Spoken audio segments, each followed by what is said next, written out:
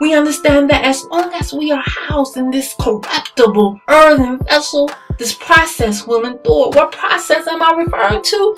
Sanctification.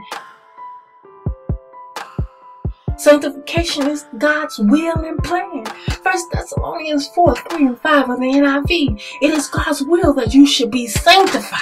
It's God's will that you should return to the state of proper functioning. It is God's will that you should be set apart for the use intended by Him.